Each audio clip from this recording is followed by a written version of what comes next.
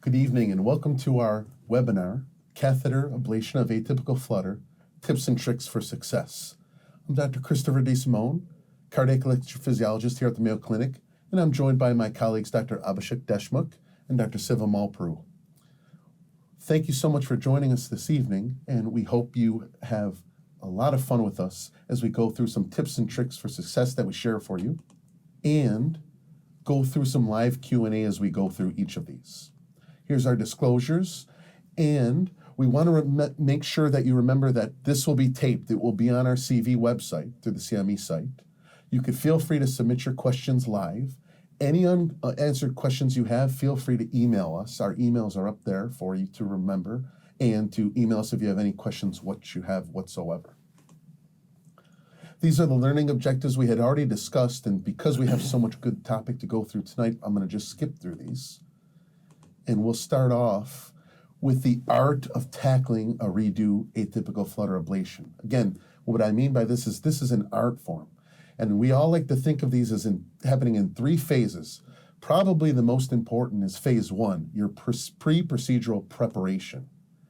And that's going to involve the discussion you have with the patient, what symptoms they're having, and what do they expect to get out of this and how they expect to feel after the procedure is complete. The patients need to know that you don't have a clue what their underlying sinus node dysfunction is sometimes. They might be in incessant atrial flutter.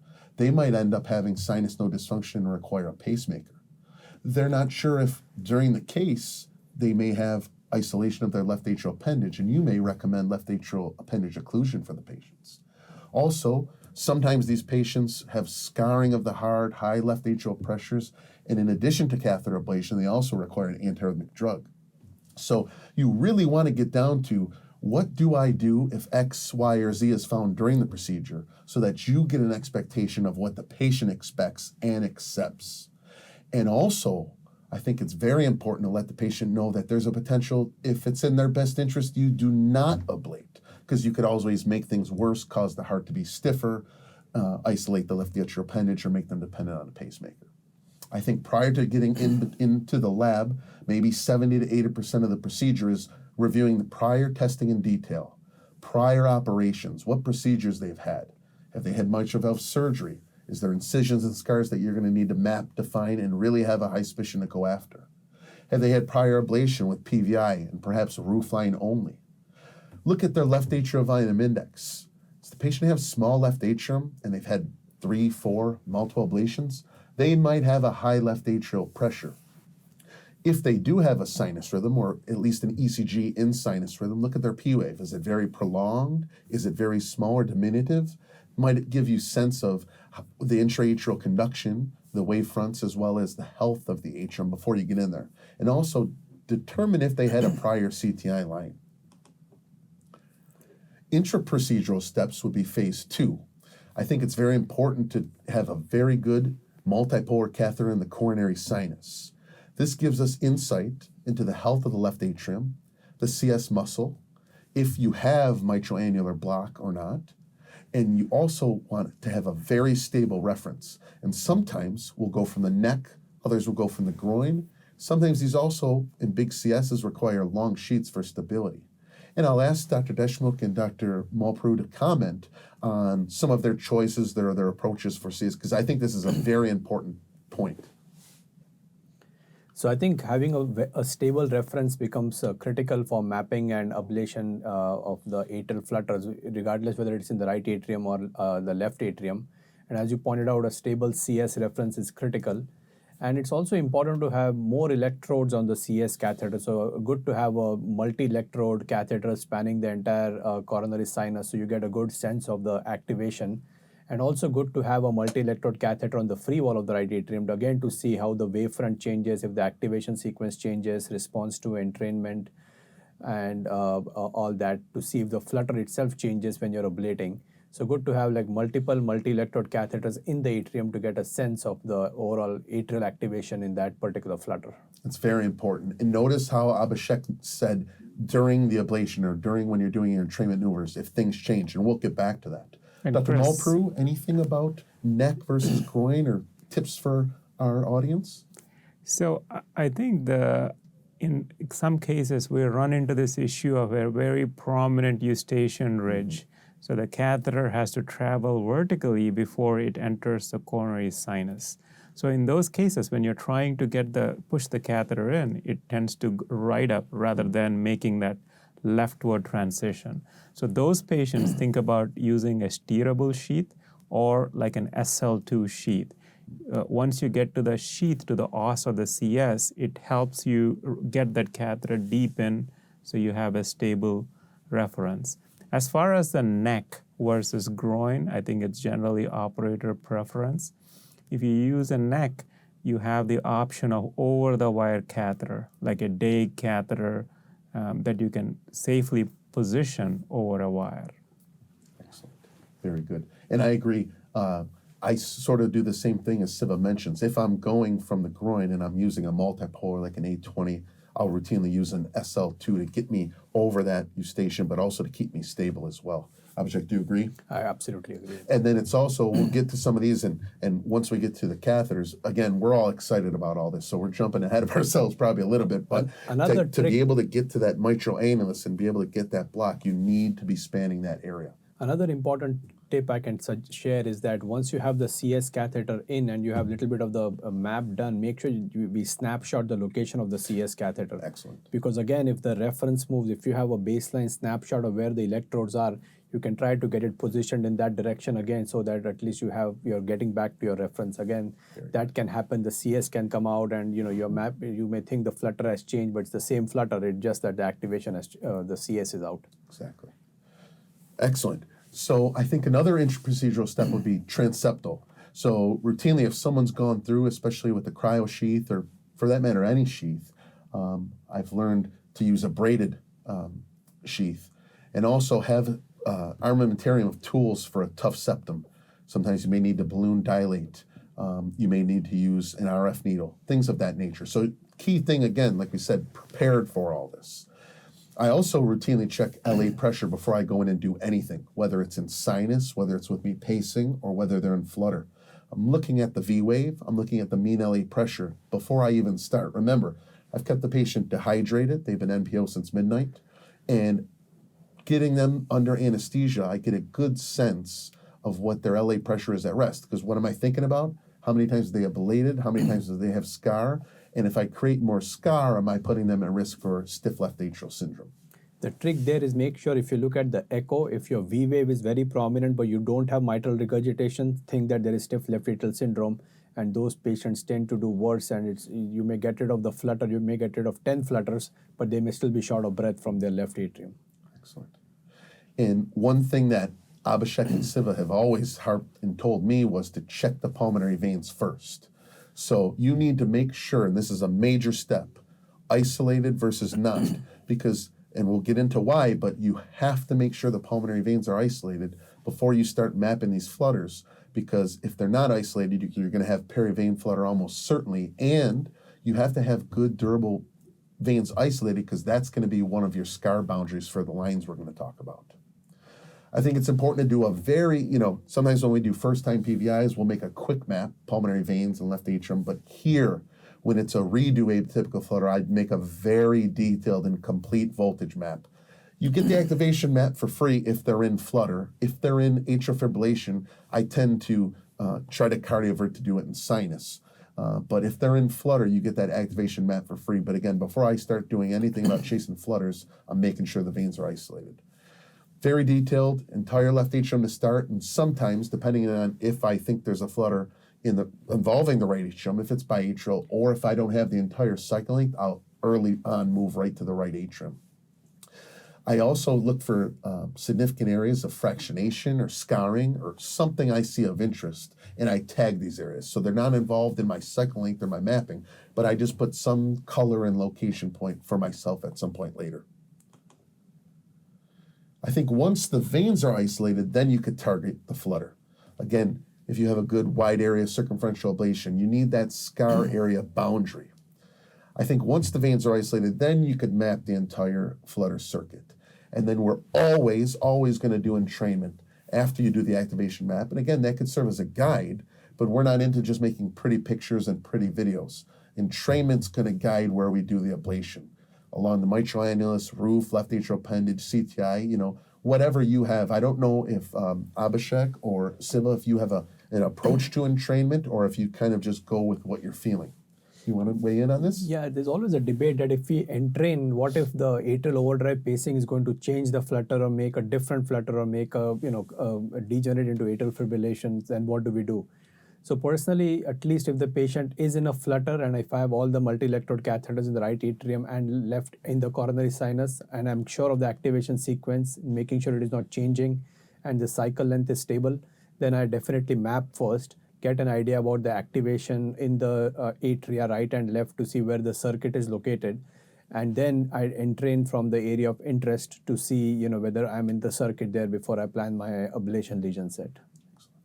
Siva, anything to add? Yeah, no, I think you really nailed it. Do the activation map first, if feasible, and then based on your inference from that activation map, selectively do entrainment to confirm your hypothesis.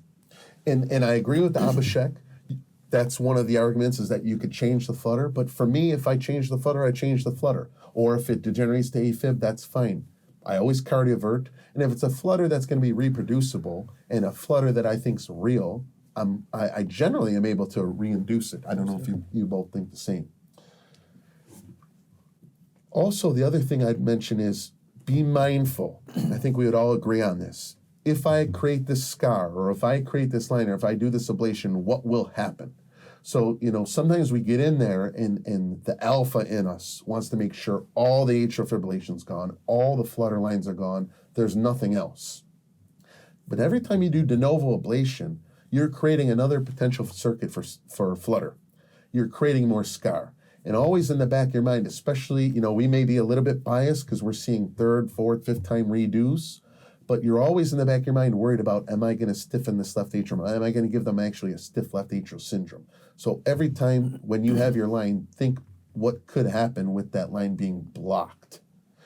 Some things like left atrial appendage isolation. You could also box out what we call the right atrium disconnected from the left atrium.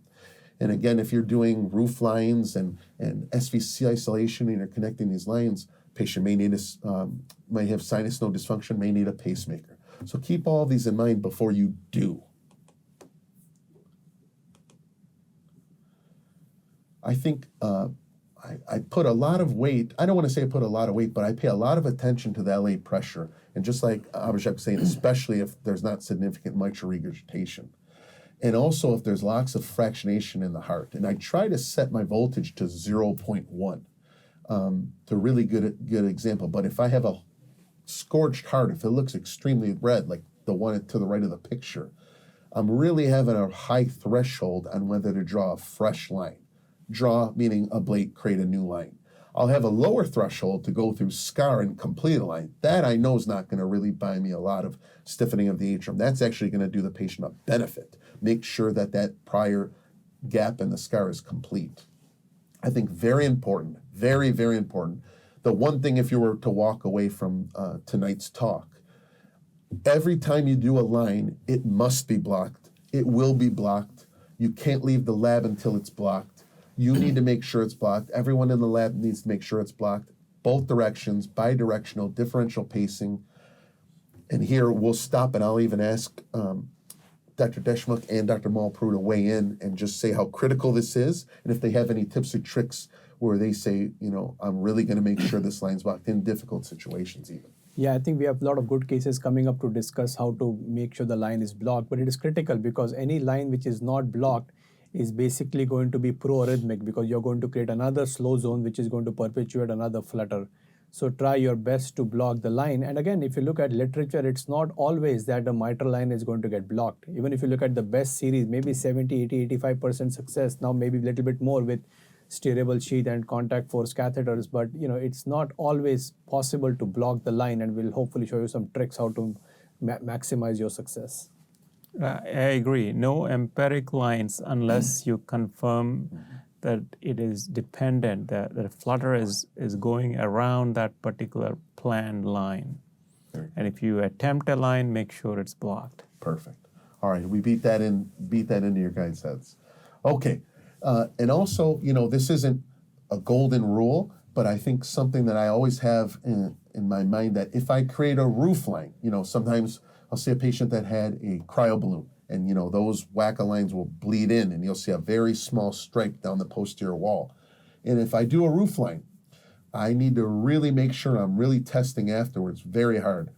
Extra stimuli, isoproterenol, pacing. I want to make sure that that mitral line, which essentially you've set up to the patient to have mitral flutter, isn't there. If it is, very low threshold to do it. I have a low threshold to do a mitral line if a roof line's there. And I think very low hanging fruit.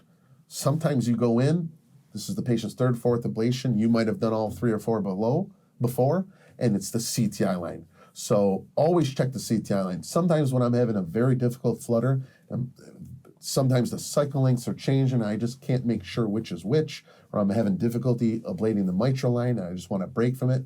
I always go check the CTI line.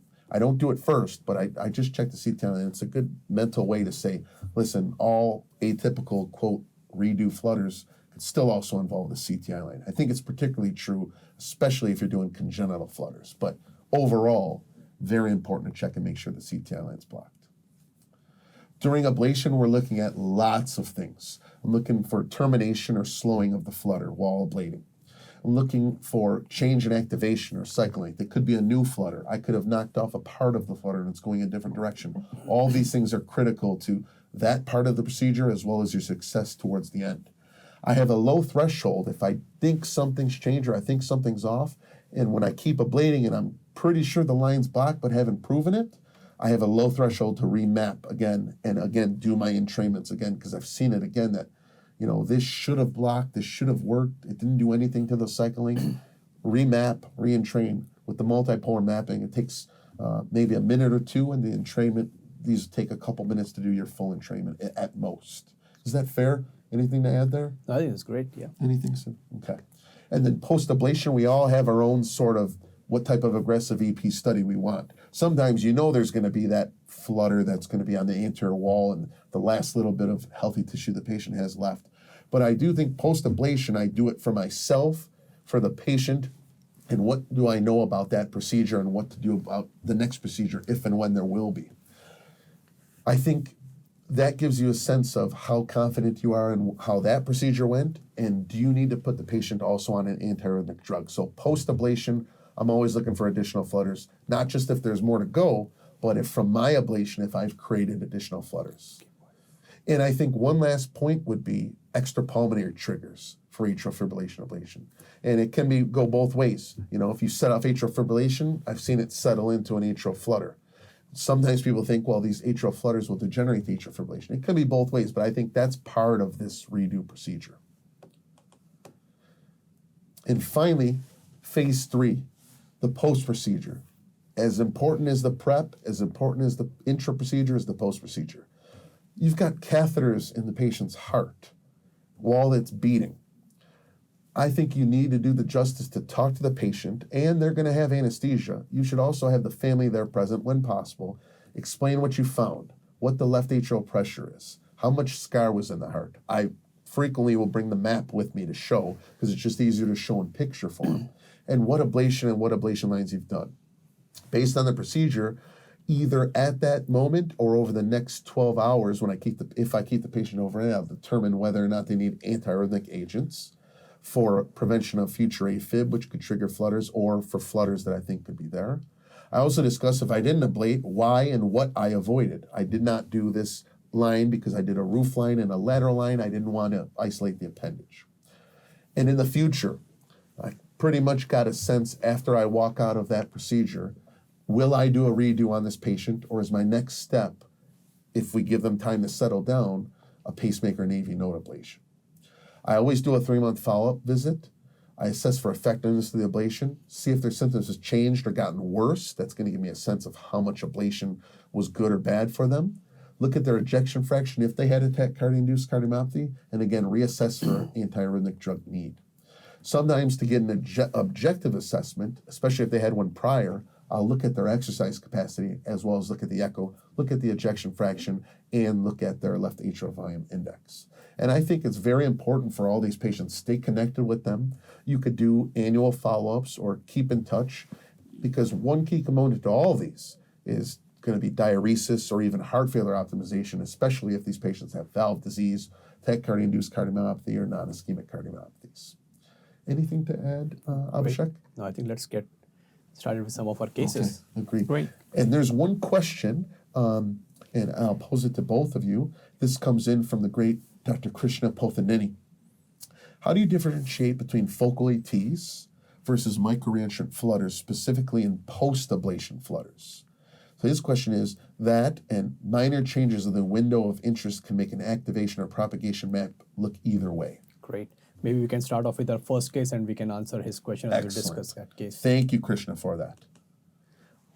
So I think this is a case where, this is a standard case where a patient has had a prior AF ablation and now comes with symptoms, palpitations, maybe some drop in EF, and has this ECG. Now you can see that there are clearly more than one P wave happenings, and there is an isoelectric line between these two P waves. So that suggests that this is some sort of atrial tachycardia or atrial flutter which is going on. If you look at the typical definitions of macro-reentrant tachycardia as a typical atrial flutter, you get this nice sawtooth appearance, sinusoidal kind of wave activation. But if it's a micro-reentrant tachycardia or it's a focal tachycardia, generally you'll get this isoelectric line between the two P waves. But that does not rule out that this is not a macro-reentrant tachycardia, because sometimes you can have two scar boundaries and then this isoelectric line is basically the line which is hidden from the activation of the atrium. And as the activation is going through that isthmus, you get that isoelectric line. As soon as the activation comes out of that isthmus to meet the healthy part of the atrium, right or left, then you get that P wave. So this, based on the ECG at least, you think this is some sort of reentrant atrial arrhythmia going on in patient with prior AF ablation. And hopefully now in the next few minutes, we can talk to you, if we review this case, how will we approach this case and how we will take it to the completion. So To remind everyone that if you have prior lines in the left atrium or any prior left atrial ablation, even a cavo-tricuspid isthmus dependent flutter may not look like your typical cavo-tricuspid isthmus flutter ECG. So keep that in mind at the back of your point. Great point. And as we get more and more interested in ECG and EP, we always try to see where the tachycardia is there, what's the location of this tachycardia. But again, for these reentrant arrhythmias, the P wave morphology is only going to tell you where the exit of the tachycardia is. It doesn't tell you really where the actual substrate or the reentrant circuit is located. It's only guiding you towards the exit of the tachycardia. Okay. Very good. So next we put in the CS catheter, and we chose this catheter which went from the femoral vein into the coronary sinus. And Siva, anything exciting or unusual you see on this CS activation?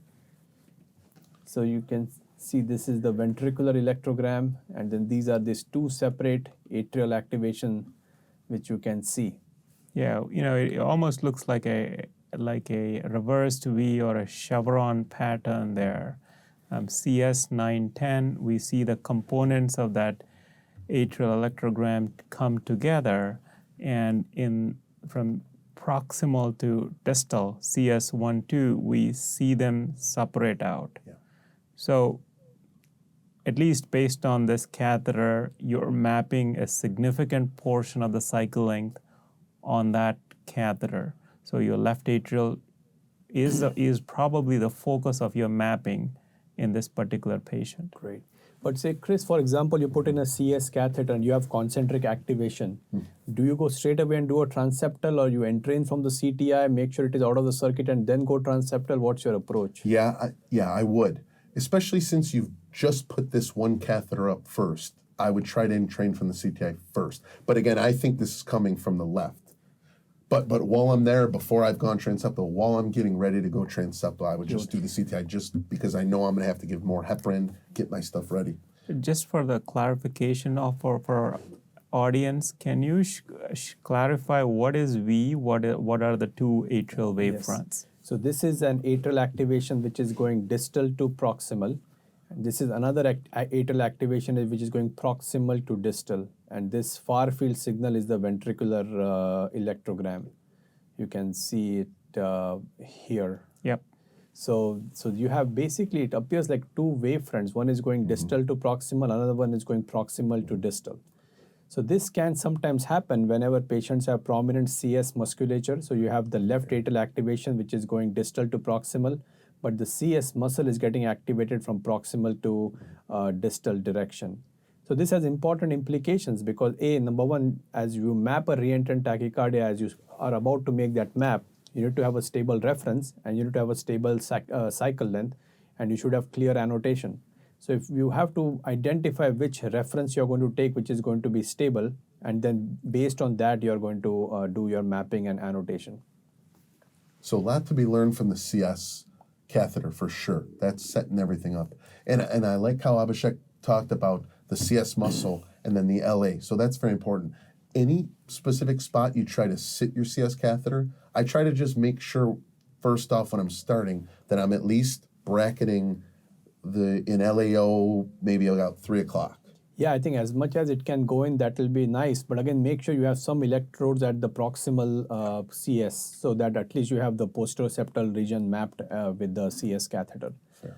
Now, again, if you may have completely eccentric activation as you put the CS catheter in, I would still entrain from the CTI because you can have a clockwise flutter which might look eccentric in the coronary sinus. So it's not always true that if you have eccentric activation, it has to be left atrium. Always it takes 2 minutes to check entrainment from the right CTI and then go transeptal. 10 seconds. 10 seconds. I'm not as quick as Chris.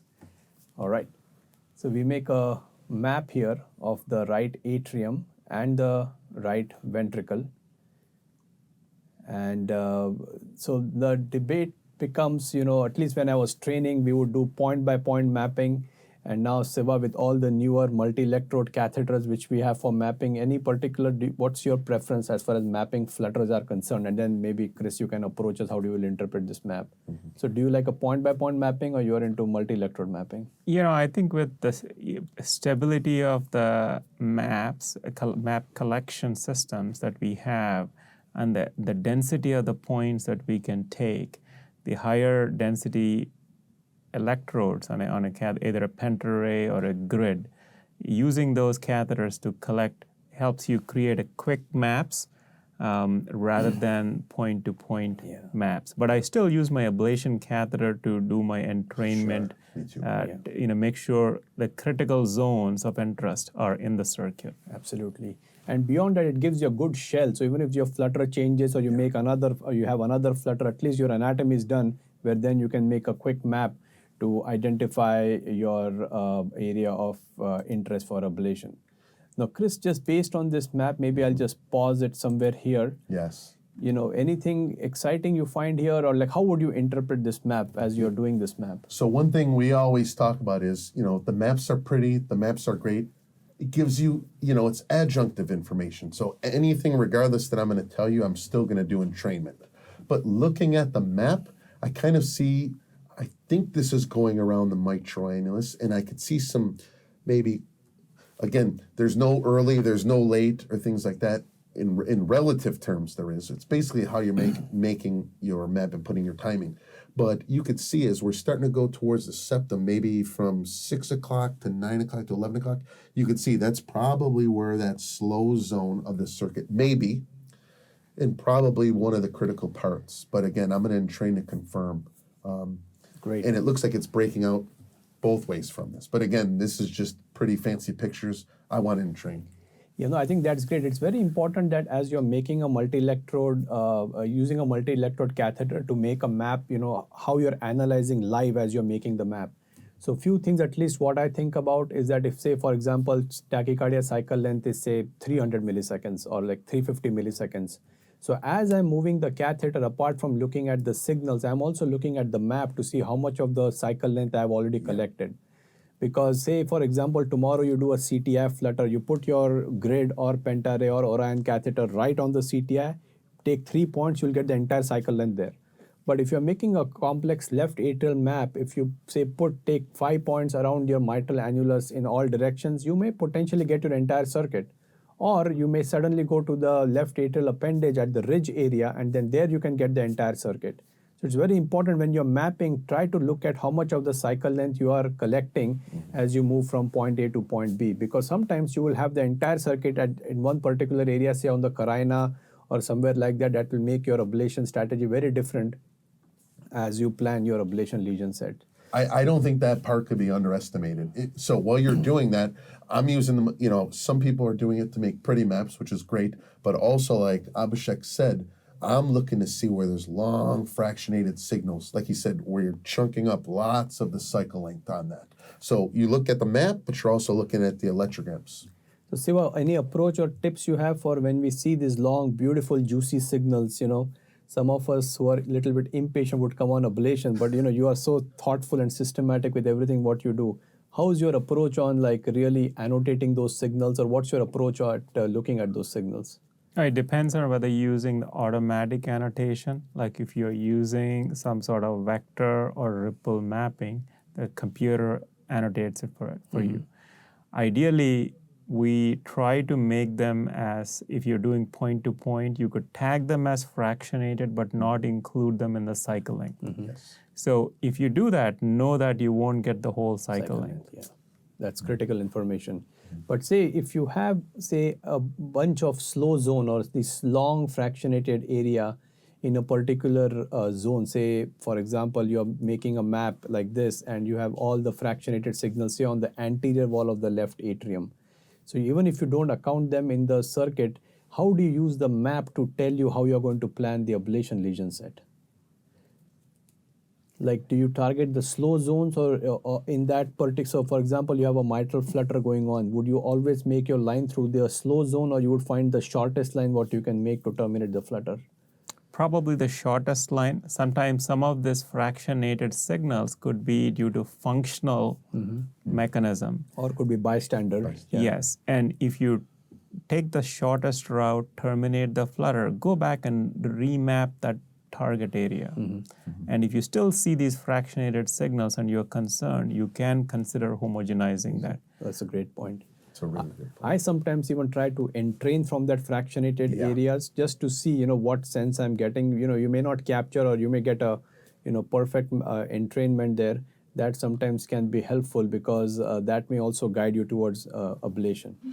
I'm the same way as Abhishek. It's kind of probably my OCD. When I see that long, I just can't do the rest of the map until I entrain from there. It's too juicy and exciting. Yeah.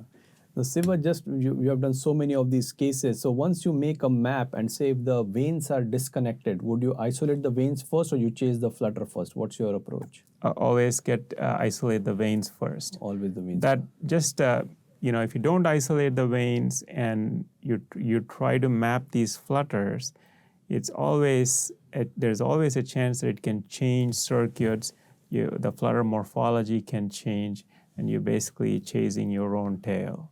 So get rid of the veins first and make sure the veins are disconnected so you can, you're actually mapping smaller amount of area and you increase your success rate, reduce the procedure time. Great. No, fantastic. Now, one small point for people who are just starting out, on these re-entrant maps, whenever you hear somebody telling you, well, early is meeting late here, that has no meaning. You can keep on changing the reference, and the early meet late is going to keep on changing in the heart. So it has no meaning that you have to ablate looking at early meets late. Even some of the other calculations and algorithms which kind of point out to you, this is the place where to ablate. Again, it may or may not work all the time.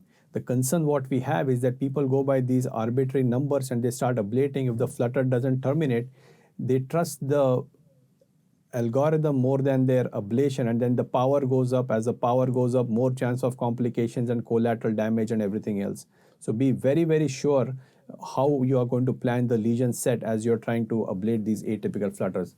Because atypical flutter mapping and ablation is really going to encompass the entire knowledge base of electrophysiology what you have acquired and all the principles of understanding these circuits. Now, Chris, we are entraining this and you find this. Are you happy? You're excited? let's see. Look at this one. So your cycle length is 256. Yeah. Maybe for those in the audience, the first 3 channels are the surface ECG leads, the electrograms that we have, the next 10 electrograms, those are your signals from the pentarray catheter. And then we have ablation signals, followed by coronary sinus electrograms at the bottom of the slide. Great. So it looks like you're in training with your ablation catheter. Where's your ablation catheter? So you have a V here. Yeah, it looks like I have. So it's somewhere on the mitral annulus. Yeah. Mitral annulus. And then I'm looking back. I'm assuming you've accelerated everything. You've measured the last beat, and if you've done this to 260, there's concealment, which I mean the CS activation sequence is the same before and after when you come off. When you've looked downstream towards the right of the screen, it looks like you have 256. So you have concealed entrainment. Your PPI is essentially right in the circuit. So I'm very happy. Critical. But when you're entraining, especially in scar area, make sure you're actually capturing. So make sure that your local signal is captured when you're assessing this entrainment, because you don't want to, again, overanalyze entrainment if you have really not captured anything.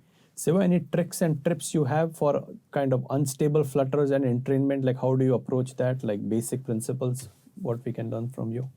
Yeah, so for, if you have a lot of flutters, anytime you do entrainment, it changes into,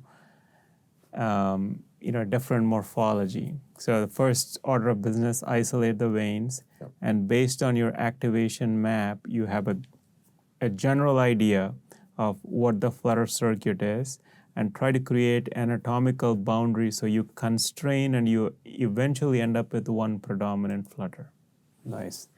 No, great. So then we came on ablation and started to make a mitral isthmus line. And again, Chris, do you have any preference for a mitral isthmus line, or what are the different kinds of mitral isthmus line you can make? Yeah. So my preference, my go-to is the lateral. I like the lateral line. So I like to create a line from the mitral annulus and connect it to a really good, durable, already isolated left inferior portion of the left inferior pulmonary vein. Do you go anterior or posterior to that? So I go posterior. Okay. Yep. Unless there was tons and tons of scar in the anterior, and I felt like I could get it without much ablation. As Siva said, try to do the least amount of ablation in the quote shortest line you can. But I really like to do the lateral because, and I'm sure you'll get into this a little bit more, but if the anterior part, if you can't get that to block, and your go-to is the lateral line, then you've created another line of scar in the anterior wall. And the other thing I like to do is when I'm doing the mitral annulus, there's a lot of connections along that vena Marshall kind of patch as it's going inferiorly up superiorly to where you get between the appendage and the left superior pulmonary vein. So what I do is I take my mitral line, even if it blocks, I take it from the mitral annulus, I take it all the way along the left atrial appendage side. So I'm connecting it to my left wacka, and then I take it all the way along the left atrial appendage side up till I just get about to the roof or the saddle portion that's just past the appendage and the left superior pulmonary vein. Sometimes it even connects to the leftward part of the roof line. Great. So there are at least so many ways of creating a mitral and isthmus line. Basically, you need to connect the mitral valve to some anatomical boundary. It can be to the left vacca, right vacca, any scar in the heart. But as electrophysiologists, we want to make the shortest line and the safest line. So maybe the shortest line may be going lateral line, what Chris talked about. But there are again reports of an anterior line. You can make all sorts of lines to create the mitral block. But basically, the principle remains the same, that you have to create a line of block between the mitral annulus and some electrically inert structure in the left atrium through which the flutter is propagating. And as you can see, we are ablating here. The flutter cycle length slows down. And this is just the beauty of electrophysiology, where the tachycardia slows down and terminates. Amazing. Are we done here yet? Or should we call it a day, or we have to check something else? You always have to check something else. Lines have to block. The flutters can always come back when they terminate, but the lines have to get blocked. So here we are pacing from the proximal coronary sinus, and you can see there are two signals here. So there's significant delay in the coronary sinus. So Siva, I mean, people talk about epicardial connections and all that. How do you kind of piece it together when you're ablating? Like, how do you know what you're ablating, and what's your approach of looking for block? So, it's very similar to how you check the block on the CTI. Pace from one side and look for the activation on the other side of the line. So here, if you're pacing from the medial or septal side of the mitral isthmus line where CS 910 is, the recording electrodes lateral to your line should have a different activation sequence. Should be more distal to proximal on that side. So you can see it on the fourth beat here. Yes. You're pacing from here, and the activation distal to distal CS coming here is kind of distal to proximal here. So this would suggest that you have a line of block here. And you would probably check for bidirectional block the same way, right? You'd pace from the distal CS and try to see, how it is coming along from that side. Now, in ideal world, you make a line and it blocks and you're done. But It's that easy? It's never that easy, right? This looks really easy, guys. So, Chris, do you have what's your threshold of making 5 other lines here versus going in the coronary sinus? So Abhishek's a master, right? So he just does a line and there's a couple red dots and then he's done, and he's done by lunchtime. But for me and Siva, when we go in there, it's not that easy. I do like how he kind of went up. So see where he has, I can't point, but maybe you could point. He goes from the mitral line, and again, critical. I don't just go by the mitral line about what Abhishek drew or the mapper drew on the map. Never. I'm always either by ice. There's a bunch of ways I do it, actually. I look by ice to make sure my catheter's right on that mitral valve. That's one. The second thing is I go a little bit further and make sure I have no atrial signal, just a V, and then I pull back until I first see that atrial line, and that's my first lesion. So that's my first pass. As soon as I've done the Deschmuck line, if I don't block it, I make sure I'm hammering it right at the valve and confirm to myself I'm not just ablating a picture with all these pretty colors on the screen. Then I go one time backwards. So I go right next to it. So I come down, and then I come right back up. That's twice. And like I said, I'll try to connect because I do think there's vena Marshall connections that I'm going to try to do. Which will be somewhere in this area. Exactly. But really, I'm almost, not always, but I would say maybe 70 to 80% of the time, I have a very low threshold to go in the CS. I go into the CS, and the key thing where I'll see it completely block, and I'll know I'll have endocardial and epi block after I've demonstrated it, is after I've kind of crisscrossed that area of where you've made that line. No, that's great. No, and I'll come to Siva about his approaches about how to get into the CS or ablating this. Yes. But one trick I can share with you here, try to use a steerable sheath, potentially a contact force catheter. Try to go more ventricularly, and then the move really is just to clock. As you keep on clocking the catheter from the mitral annulus, you're going to keep on going up in this direction. So that's the key. The movement is just pull back, clock, and then you would keep on going through here. One challenge, we should not forget, if you're making a very posterior line, say posterior vaca to the mitral annulus, there's always esophagus there. Yes. So again, make sure that we don't forget about measuring the temperature. Now, Siva, Chris went through here 100 times, and he called us, and it's not blocked. And he calls you to do a CS approach to block this line. What are your approaches, tools, and what all do you use to block from the epicardial aspect? Yeah. So when we think about it, it's that ligament of Marshall venous connection, the epicardial connections that are preventing us from getting a block. The second is the artery, which acts like as a heat sink. So even though you're delivering energy, you're not creating effective lesions. So there are two approaches to this. Either you could use a balloon in the CS to reduce the flow and ablate there. That's one approach. The second approach is basically use catheters to infuse some alcohol into that ligament of Marshall. Great. So the recent research and papers have shown that simplifies the mitral isthmus line creation, and the time to block is much shorter. So when you infuse that alcohol, it doesn't right away create block, but it just simplifies. You still have to ablate a little bit to get block in most patients. No, for sure, and we should really acknowledge Dr. Miguel Valdenovano for pioneering this technique. But Siva, before you use alcohol, say you put the you put your ablation catheter in the coronary sinus. Any can you share your power settings and how your flow and how you're targeting this? Like, what's your power setting and how do you kind of point the catheter in the RAO and LAO view before you start to ablate? Yeah, so the power setting, always irrigated catheters when you're ablating in the CS, limit your powers, 20, 25 watts, carefully look at that impedance. Remember that connection is thin wall structure, CS is going to be thin walled. If you're at all, you're increasing your power, look at that impedance. If it's dropping rapidly, come off. And take it easy in that area. Be careful, avoid complications. Absolutely. Now, Siva, any trips if you are ablating, say, 20 watts, but the impedance is like 180, 190, 200 ohms going on, and you just can't deliver enough power because of that. Anything you do different? Yeah, you could consider increasing your irrigation flow. Yeah. Yes. That's one strategy. But the downside of that is if you cool the catheter too much, you also may not create effective lesions. Yeah. So it's important to be flexible to switch techniques, and when things are not working, don't keep on doing the same thing. Switch techniques, try to get that block as soon as possible. Great. Because the more you ablate, the more edema you're going to create, and it becomes harder to get a block with further attempts. Absolutely. Now, Chris, as you have done these lines, a few times, do you do like a coronary venous angiogram or do you do a coronary artery angiogram ever to see if you're close to an important artery? So, very good point.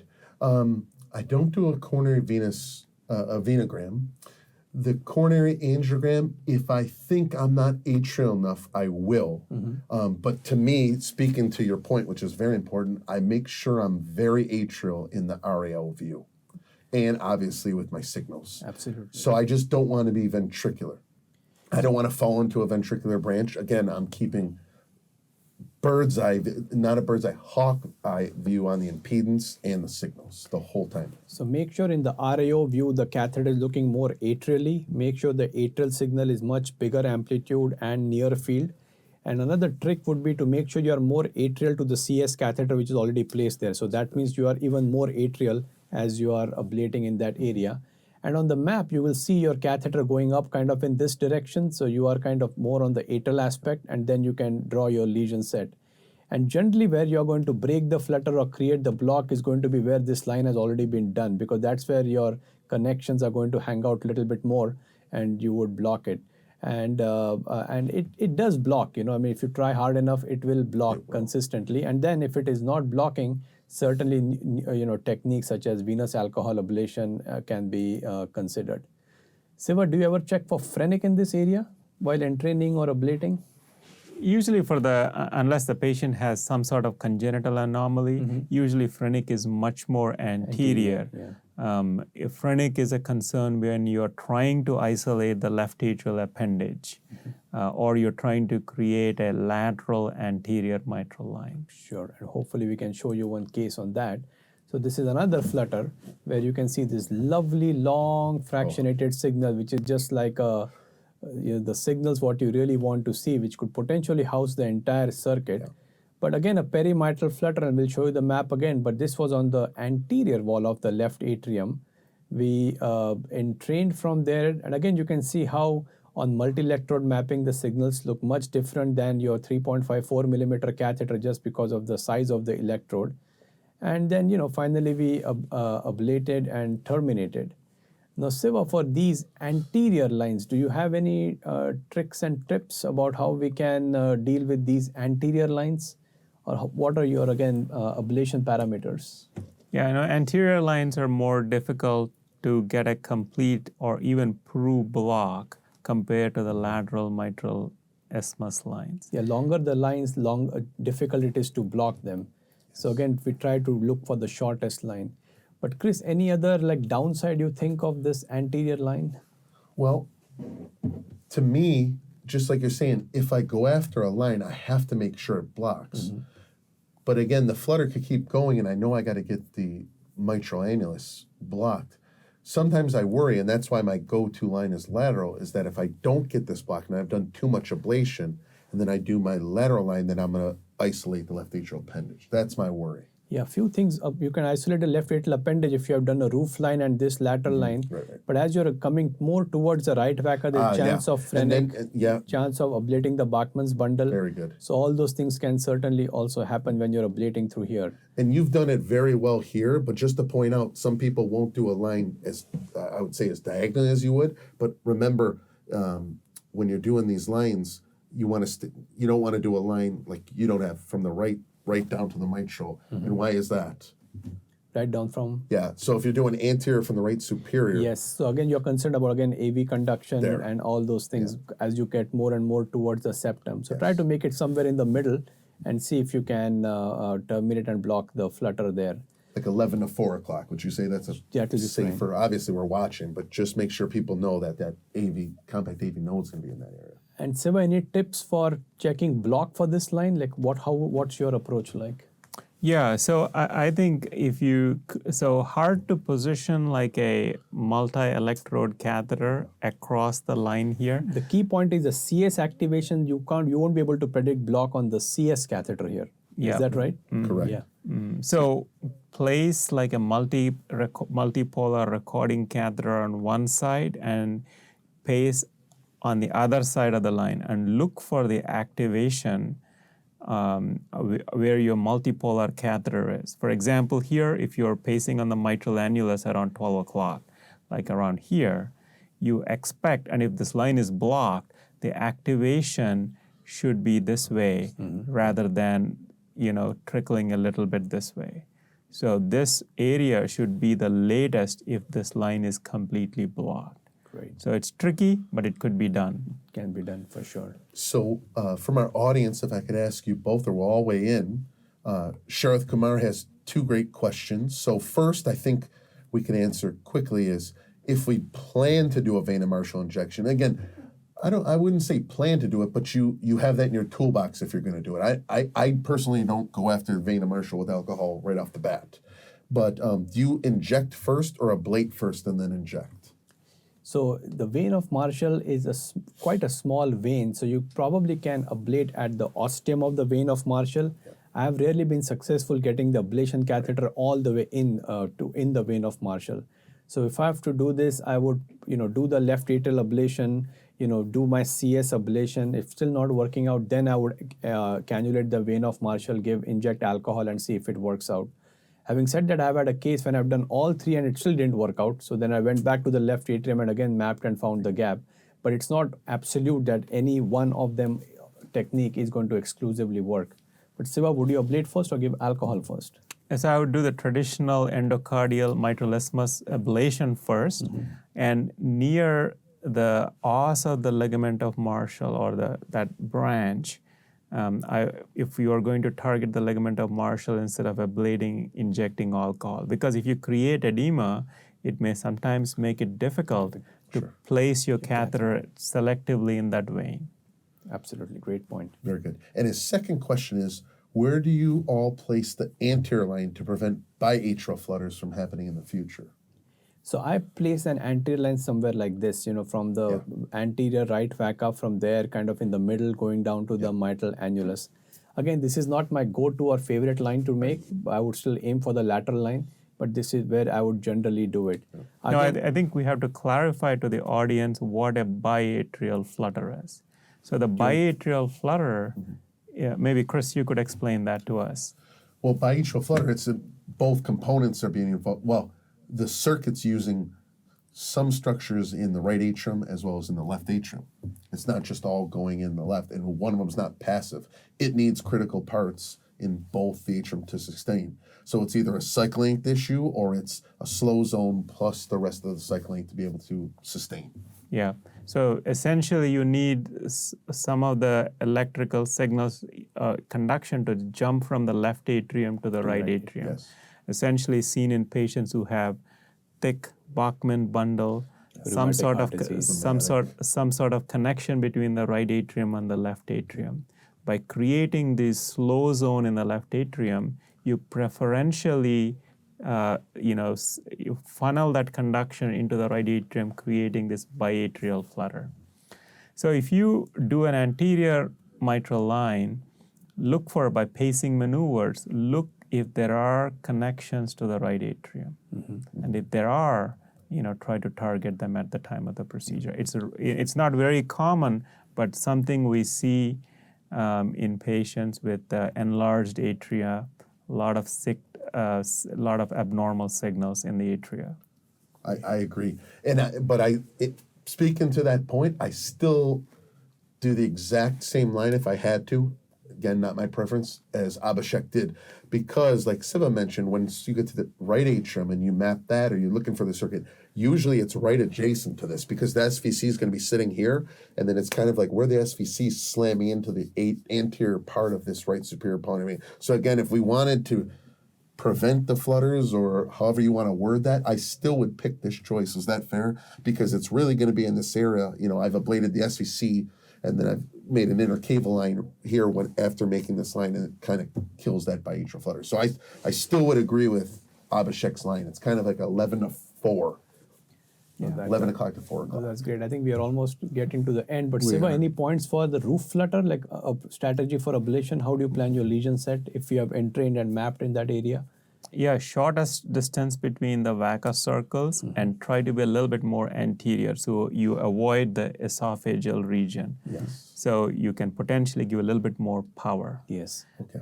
And maybe we could answer Dr. Potuneni's question about macro reentry versus focal. So here you could see almost like a pinwheel, all colors are around this area. And beautiful. On electrograms, we saw complete cycle length. And anytime we see the complete cycle length, it is micro reentry, whereas focal, you'll only be able to get only a certain part of the cycle length ahead of your P wave. It's like a pebble in a pond. Pebble in a pond. And you could see Abhishek's cycle length, it's like 353 here. And I think that was about, I can't remember exactly, but that was about where you were at. So you almost have all of it. Great. Yeah. Okay. And a couple of more questions there, right? Sure. So one question was, actually, can you, this is very important, from anonymous attendee, thank you. Can you repeat the risk of AB block with the anterior mitral line? Abhishek, if you could draw this out, what's your thing? I think this is critical. So if you're very, very septal, like this is your right inferior pulmonary vein, and you can even see it on ice, you are very, very septal to because see, interatrial septum, your fast pathway is on the resides on your interatrial septum. Yes. So if you're very, very close to that inferior limbus part of area on ice, then there is a chance that you could potentially hit the AV node in that area. So try not to be extremely septal, but so be away from that area. Personally, I have not heard of any. Personally, I have not had an AV block like that. But Siva, have you heard of any cases where such a septal line was created for whatever reason and caused an AV block? And I'm not aware of it, but the key here is to record a hiss. Whatever line you're creating, make sure it is superior to the hiss, so you're not anywhere near the AV node. Very good. Very good. If everyone enjoyed this, give us your feedback. Maybe we'll have a part 2. I would say our 5 key take-home points would be: 1, you've heard this multiple times tonight, durable vein isolation first, foremost, number 1, 2, and 3. Number 2, all lines that you create or have been created, you're going to demonstrate block. Always in train, regardless of who's jumping up and down at the Cardo or Navix station saying ablate here, ablate here, ablate here, you're going to entrain before you ablate. Number 4, sometimes the best move's not to ablate. You just be honest with the patient. Look, I think this was in your best interest for me not to isolate your appendage, leave you with this one flutter, and see if it's clinically important, and we'll try a drug. And most importantly, think of the 3 phases, especially the pre-procedural preparation and the discussion with the patients you have, so you know how aggressive you're going to be, how conservative you want to be, and what their expectations are. And with that, I'd conclude. Thank you both again, and thank you. Remember, submit your questions and answers to us. You could send it to our email or to the CVCME website. Additionally, we're your source for cardiovascular education in 2022, and beyond.